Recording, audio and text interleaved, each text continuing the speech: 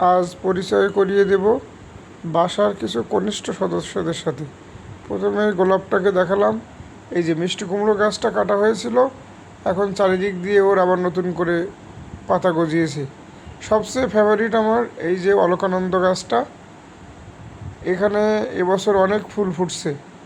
আসলে অলকানন্দ গাছে বেশি ফুল হয়, যেটা আমি বুঝলাম, রোদ বৃষ্টি দুটোই পাওয়া লাগে এবং বেশি পরিমাণ রোদের এই আলোটা মানে খুবই দরকার এই অলকানন্দ গাছের ফুল ফোটার ক্ষেত্রে। এই যে তুলসী গাছ অনেক সুন্দর হয়েছে ওটা। আর এই তুলসী গাছটা আমার একজন কলিগ আমাকে গিফট করছিল।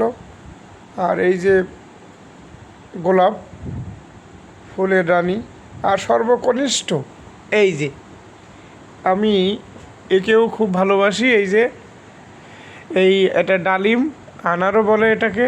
এটা হচ্ছে, দেখা যাক, ওটাকে একটা বস্তার মধ্যে দিয়ে দেবো, বড় বস্তার ভিতরে।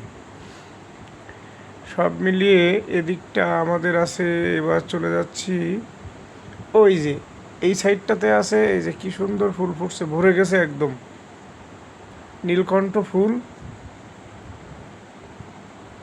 সাথে করলার ভিতর দিয়ে হয়ে রয়েছে।